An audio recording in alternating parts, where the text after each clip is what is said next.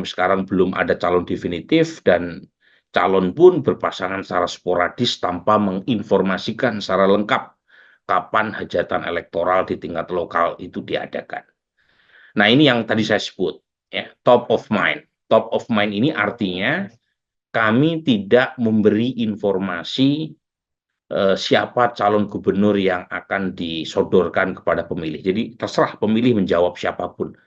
Dan karenanya mereka bebas memilih. Termasuk muncul Joko Widodo ya 0,1%. Ada yang menyebut nama-nama lain ya pada umumnya nama-nama yang biasa kita dengar berkaitan dengan calon pemimpin di Jakarta ya. Tetapi overall ini menarik kalau kita lihat dari simulasi top of mind tanpa memberikan pilihan jawaban apapun, itu yang tidak memberikan jawaban secara spontan cuma 16%. Artinya relatif kecil. Ya, relatif kecil. Nah, ini sebagian besar warga di Jakarta sudah punya pilihan secara spontan, secara terbuka. Ya, ini menarik buat saya ya, karena pemilunya masih sekitar 3-4 bulan, calon belum ditetapkan secara definitif oleh KPUD, tetapi warga sudah punya preferensi. Nah, kemana preferensi itu disalurkan? Hampir 40%, tepatnya 39,7% itu memilih Anies Baswedan. Ini kita bisa sebut sebagai strong voters, karena mereka bisa menyebut nama calon gubernur tanpa kita brief nama-nama yang akan maju. Kemudian 23,8% itu menyebut nama Ahok. 13,1% menyebut nama Ridwan Kamil. Ini top 3. Ya, selisih antara Anies dengan Ahok signifikan dan selisih antara Ahok dengan Ridwan Kamil signifikan. Nama-nama lain kecil-kecil di bawah 1,5%. Jadi nah nanti kita coba diskusikan, mungkin nggak muncul kuda hitam dalam konstelasi seperti ini.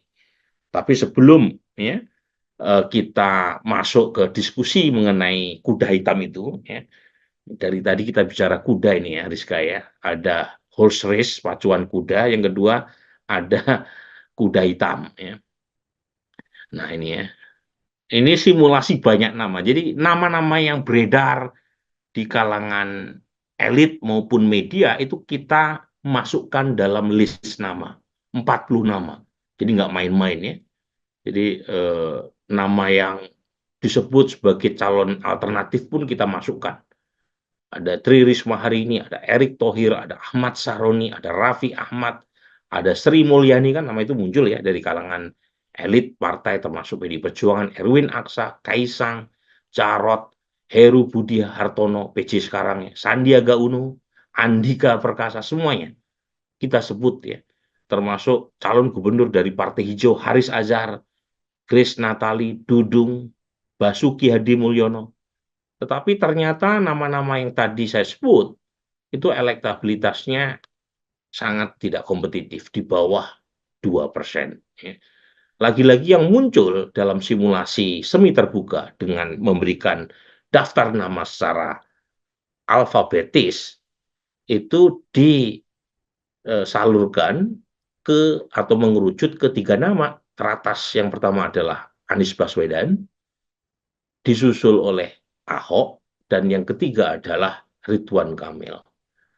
Jadi tanpa mengurangi rasa hormat saya kepada nama-nama di luar 3 nama yang barusan saya sebut, itu kemungkinan munculnya kuda hitam di luar dari Ahok atau Ridwan Kamil sepertinya kecil, karena waktu makin lama makin dekat ke pemilu, sementara tidak mudah untuk menaikkan elektabilitas di Jakarta. Ya. Jadi ini angkanya, ini nama-nama yang nggak main-main sebenarnya ya. Lihat aja nama-nama yang kita sodorkan di sini. Tetapi lagi-lagi nggak mudah mendapatkan dukungan dari warga Jakarta. Ini nama Sohibul Iman pun ada di sini. Tapi ya kecil elektabilitas.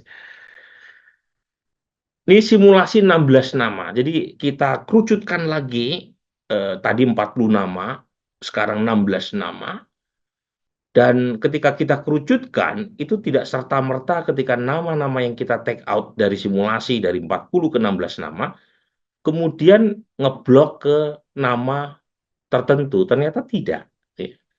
Jadi ternyata ya seperti ini, relatif tidak banyak perubahan. Ya.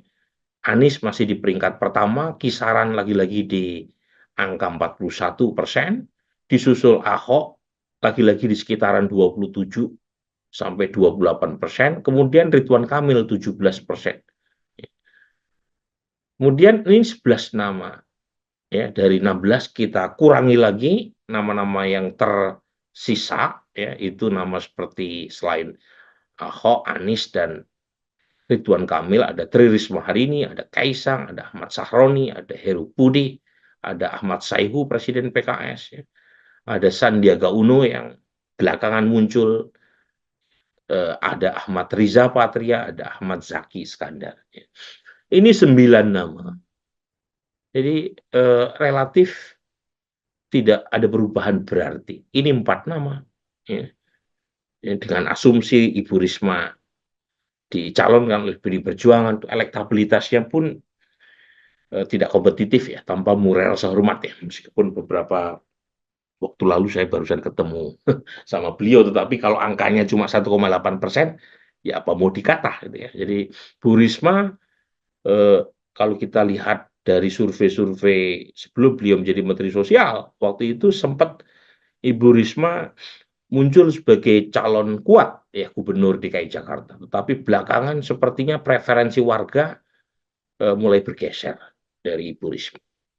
Ini 3 nama. Jadi lagi-lagi seperti ini polanya.